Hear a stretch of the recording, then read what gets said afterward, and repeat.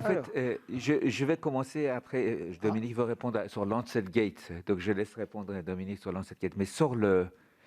Je suis entièrement d'accord avec vous. Il y a beaucoup de points à améliorer. La seule chose que j'ai dit au départ, c'est que je pense que ce n'est pas un échec. Vous avez dit que c'était un succès, mais il est Non, j'ai mitigé, dit que quand même. Discovery était un succès. J'ai pas dit. Je dis Discovery. Après, il y a un échec. Il y a une chose depuis le début.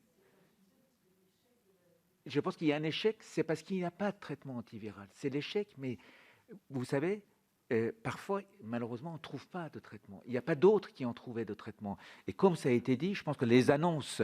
Alors, il y a le traitement antiviral, je dis. Bien sûr, il y a eu les traitements de cortisone. Ça, c'est très important parce que c'est un anti-inflammatoire. Il y a aussi les anticoagulants, c'est très important. D'ailleurs, il n'y a pas eu d'essai. Mais la physiopathologie a permis de mettre en place... Et les études françaises ont publié, et ça, c'est des succès qu'on a obtenus, effectivement. Mais sur le traitement étiologique de la maladie, c'est ça que je veux dire. Ça, pourquoi? Il y a une raison. Ça veut dire que si on avait un traitement très efficace, Discovery l'aurait montré aussi.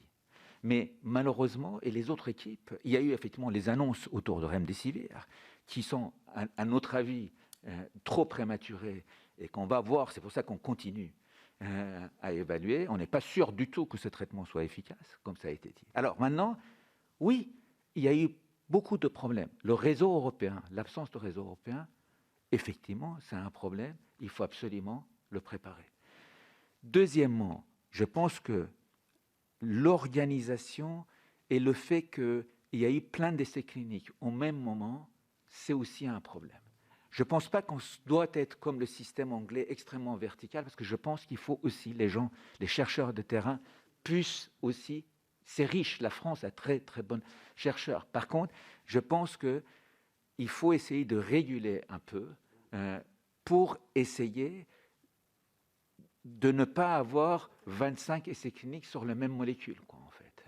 Et il faut réguler ça, et ça, il faut mettre en place un système, et c'est pour ça que on travaille là-dessus sur une agence de maladies émergentes, un guichet unique, etc.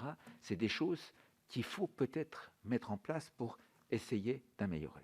Enfin, votre dernier point, où je pense que d'ailleurs Discovery, c'est un échec de communication. Sur la communication, je suis d'accord avec vous.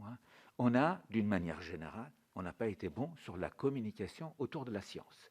Et moi, nos copains anglais, moi, je connais les gens de Recovery, ils m'ont dit qu'ils avaient dit dès le départ qu'ils n'auraient pas de résultats avant le mois de juin. Et je pense qu'on aurait dû faire la même chose. Et dire, on n'a pas. Et ils ont eu des résultats au mois de juin. On aurait dû dire la même chose. Mais, vous savez, alors, les annonces sur Discovery, c'était le comité indépendant. C'est-à-dire la date du comité indépendant était dit. Et du coup, on pensait chaque fois qu'un comité indépendant, il y aurait un résultat, ce qui n'est pas du tout le cas, quoi, en fait. Donc, par contre, je suis complètement d'accord avec vous, il faut améliorer les choses, il faut mettre en place un réseau, il faut améliorer un peu la coordination et régulation de la recherche, sur les financements, mais aussi sur les autorisations qu'on donne. Et je pense que depuis cet été, on a beaucoup travaillé dans ce sens-là. Alors, sur le Lancet, peut-être, pardon. Voilà. Madame Costaglieva.